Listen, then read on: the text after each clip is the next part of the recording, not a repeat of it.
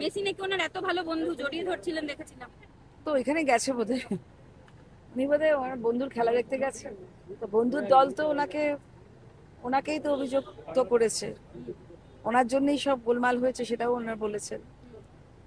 আর আমি খুব অবাক হচ্ছি, 2,000 কোটি টাকা ফ্রিজ করে রেখে দিলেন উনি, দেখা দিচ্ছেন না, অথচ 2,000 কোটি টাকা ফ্রিজ করে রেখে দিলেন ব্যাংকে।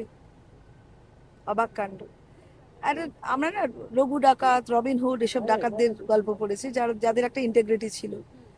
আর এরা তো লুঠেরা, এদের কোনো ইন্টিগ্রিটি নেই, কিছুই নেই। সাধারণ মানুষকে বঞ্চনা করে এই সমস্ত পয়সা করেছে।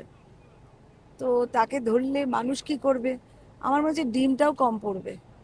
একটা কমিটি হয়েছে, আপনাদের সকলের নাম রয়েছে টলিপাড়ার উন্নয়নের জন্য।